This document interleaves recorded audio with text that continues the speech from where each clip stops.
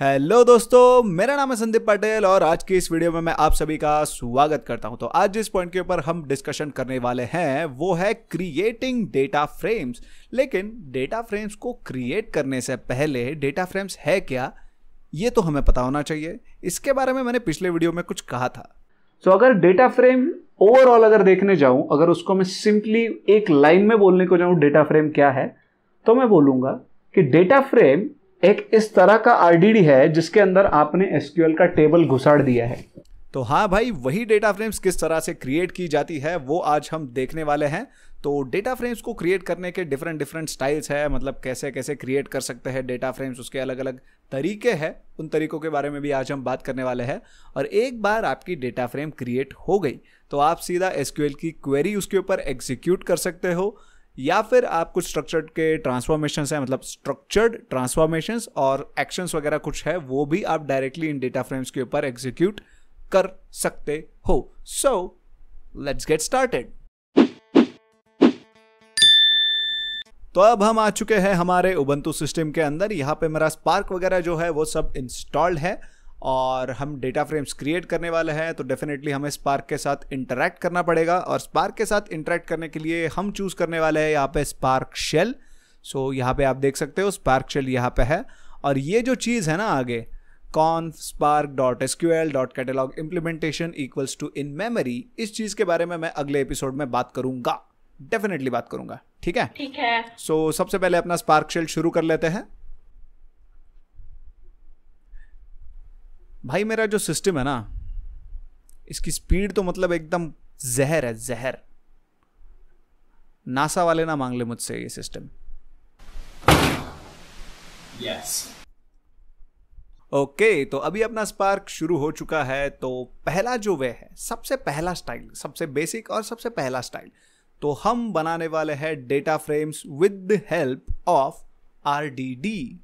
All right, so हम यहाँ पे आरडीडी की मदद से डेटा फ्रेम क्रिएट करने वाले हैं। तो अभी इस आरडीडी का नाम है पहला आरडीडी और इसे हमने क्रिएट किया है sc.parallelize मेथड की मदद से। यहाँ पे 1 से 10 नंबर का सीक्वेंस हमने दिया है, मतलब इस आरडीडी में 1 से लेके 10 तक नंबर है, मतलब 1 2 3 4 5 6 7 8 9 10 इन नंबर्स का ये एरे है। और उसके ऊपर मैं आगे एक ट्रांसफॉर्मेशन एग्जीक्यूट कर रहा हूँ जिसका नाम है मैप।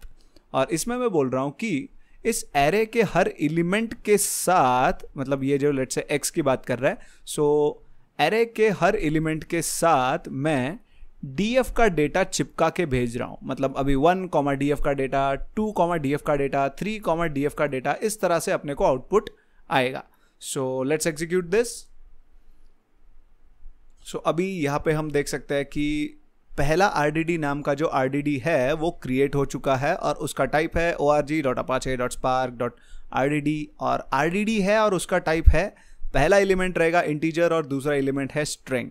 सो इसके कंटेंट पहले देख लेते हैं ना यार। सो इसके कंटेंट अगर मैं देखूं तो मुझे यहाँ पे एक एक्शन कॉल करनी पड़ेगी जिसका नाम है कलेक्ट। Let's execute this. कतई जहर स्पीड से इसने अपने को आउटपुट दे दिया है और यहाँ पे आप आउटपुट देख सकते हो। और आउटपुट देखने के बाद हमें पता चलता है कि ये जो है ये तो भाई एक एरे है इंटीजर स्ट्रिंग का। सो एरे है, इसके अंदर है 1 डीएफ का डेटा, 2 डीएफ का डेटा, 3 डीएफ का डेटा, 4 डीएफ का डेटा। ये बहुत ज़्यादा नंबर है यार, सभी भोगते नहीं बैठूंगा। देख लो, तो थोड़ा देख लो, अपनी तरफ से भी थोड़ा एफर्ट्स ले लो ना। ठीक है। ऑल राइट, सो अब इस आरडीडी को हम डेटा फ्रेम में कन्वर्ट करेगा।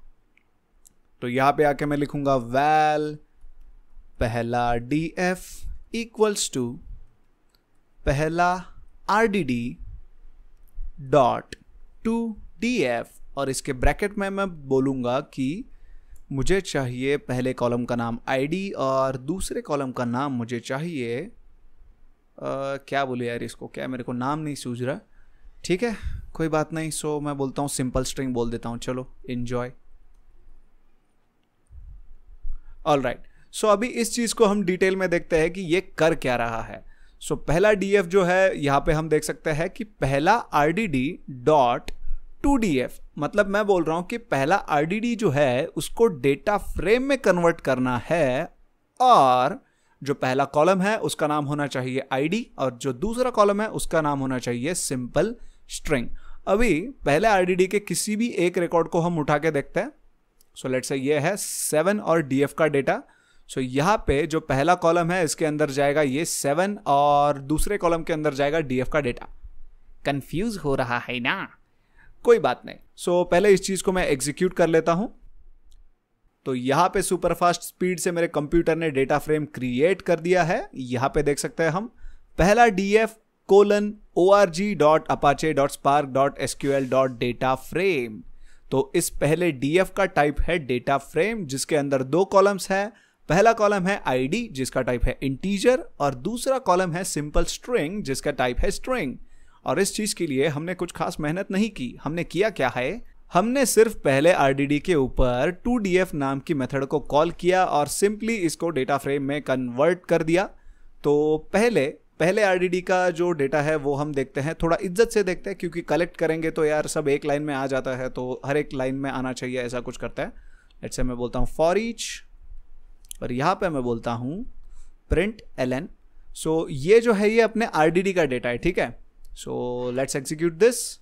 ऑलराइट, तो अपने आरडीडी का डेटा कुछ इस तरह से है। सो ये आउटपुट और ये आउटपुट सेम ही है, ठीक है। सो ये रहा अपने आरडीडी का आउटपुट।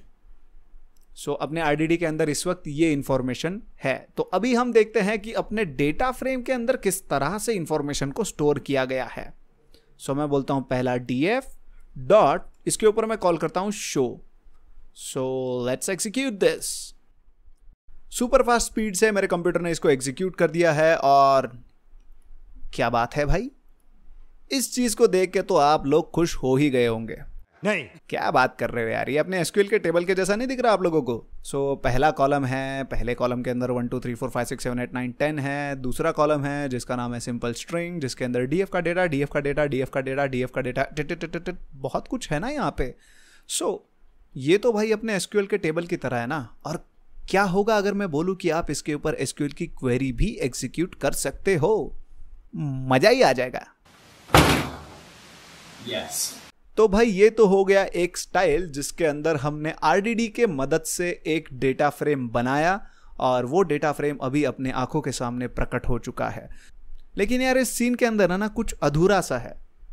और इस चीज में अधूरा क्या है?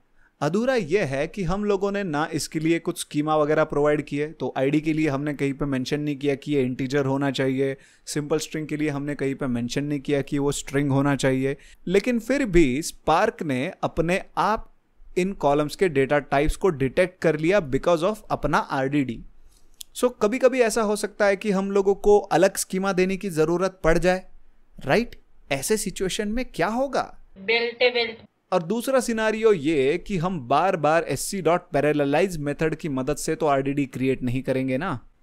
सो यहाँ पे तो हमने sc.parallelize कर दिया और यहाँ पे अपना आरडीडी हमने क्रिएट कर लिया। बहुत बार ऐसा होता है कि हमें HDFS के ऊपर से डेटा रीड करना पड़ता है या फिर लोकल फाइल सिस्टम के ऊपर से डेटा रीड करना पड़ता है, फिर हम आरडीडी बनाते हैं। ऐसे सिचुएशन में किस तरह से काम होगा? सो ये 2 चीजें हैं, इन 2 चीजों के बारे में हम आगे देखने वाले हैं। Stay tuned.